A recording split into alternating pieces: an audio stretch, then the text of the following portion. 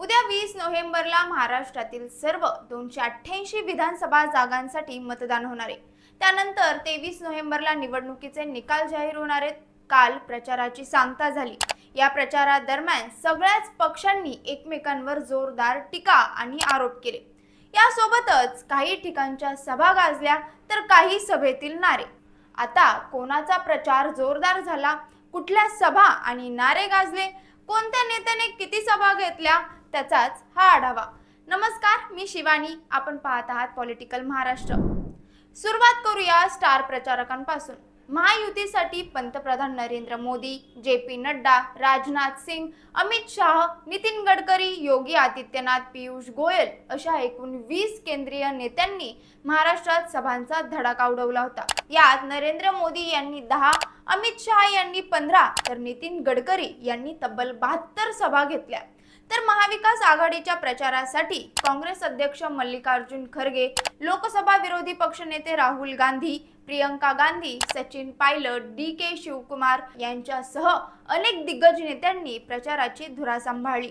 यात राहुल गांधी यांनी 8 सभा तर मल्लिकार्जुन खरगे यांच्या 9 सभा झाल्या।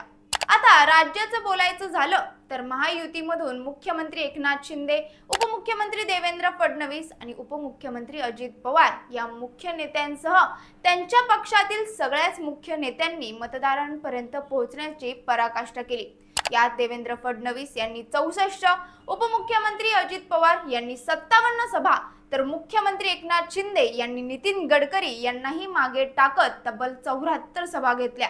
महाविकास आघाडीकडून 84 वर्षाचे तरुण म्हटले जाणारे शरद पवार यांनी 53 सभांमधून मतदारांना आव्हान केलं असून उद्धव ठाकरे यांच्या 44 तर काँग्रेस प्रदेशाध्यक्ष नाना पटोले यांनी 65 सभा घेऊन प्रचारातून मतदारांपर्यंत पोहोचण्यासाठी महाविकास आघाडीने सुद्धा मेहनत घेतली।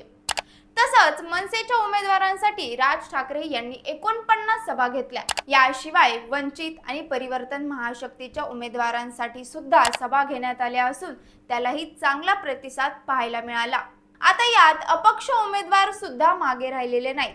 यंदाच्या निवडणुकीच्या रिंगणात तब्बल 2086 अपक्ष उमेदवार आपले नशीब आजमावणार असून या उमेदवारांनीही प्रचारासाठी जोर लावला। सभा, रोड शो, रॅली, पदयात्रा, कोपरा सभा, जनसंवाद आणि सोशल मीडिया या सगळ्यांमधून मतदारांपर्यंत पोहोचण्यासाठी सगळ्याच पक्षांनी प्रयत्न केले। सगळ्याच पक्षांचे प्रचार अगदी जोरदार झाला।